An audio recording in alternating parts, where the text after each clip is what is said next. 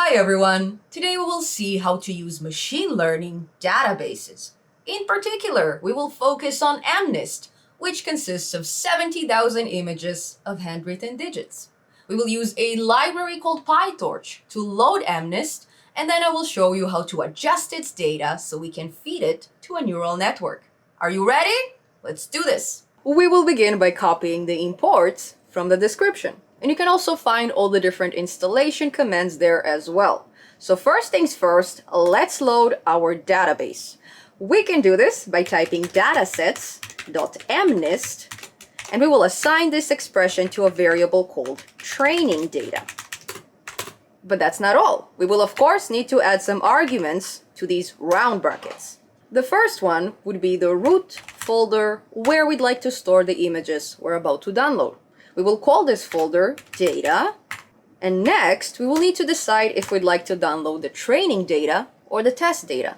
Now the training data is very big. It has 60,000 different images, while the test data is much smaller. It only has 10,000 images. Now, judging by the name of this variable, we will of course load the training set. And we can do this by typing train equals true, without the typo, of course.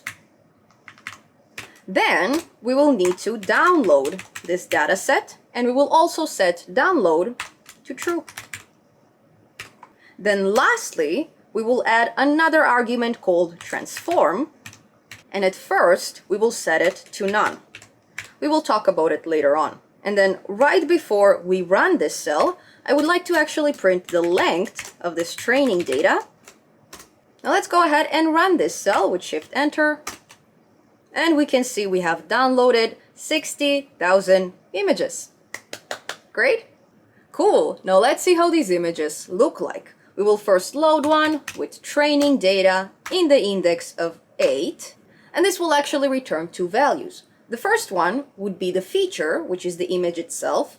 And the second value would be the target or the label. Now, in order to fetch the image only, we will focus on index 0. We can then assign it to feature, and we will do the exact same with our label. So we will copy this line of code, we will adjust index 0 to index 1, and we will adjust feature to label. Now let's go ahead and print it. So we will first print the label, we will then print the size of our feature with feature.size, and lastly we will print the feature itself by simply typing feature. Let's go ahead and run it with Shift Enter. And there you go. We can see our label is a perfect match to our image. And we can also tell that each of our images would be 28 pixels by 28 pixels. If we then go ahead and change index 8 to index 432, for example, we rerun this cell and we are fetching a brand new image with the exact same size. And we can load all kinds of different databases with PyTorch, and more specifically Torch Vision. For example, we could have used CIFAR10, which is an RGB database of colorful images of animals and objects. CIFAR10 only has 10 classes, while CIFAR100 has 100 different classes. And you can find among them frogs, birds, trucks, planes, and whatnot. Another cool database is FashionMNIST, which consists of black and white images of clothing items. And we are also not limited to images only.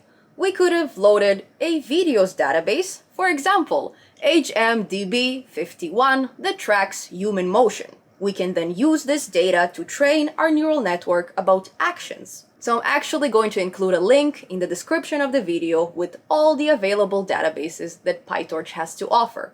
Next, I wanted to talk about data transforms. Now, do you guys remember how in the last tutorial, we've said that slightly boosting brightness or slightly rotating an image will have a huge effect on its pixel values? So that's exactly what we're tackling with transforms. We randomly zoom out, we randomly zoom in, we randomly crop or rotate the image. We are basically adding a lot of variation to the original image. To do this, we will create a brand new variable above our training data, and we will call it training transforms. We will assign it to transforms.compose with a capital C And since we're looking for a few of these transformations, we will pass them in a list. Now, the first transform in my case would be transforms.random resized crop. And then inside the round brackets, we specify the size of the image we would like to get in the end. Now, in our case, we will leave it at 28 pixels wide and 28 pixels tall because that's the original size. Now, what this command will do is it will randomly zoom out, randomly zoom in, and it will crop the image to whichever size we specified in the round brackets. Now, the next transformation would be transforms. Google, you are so annoying, holy smokes.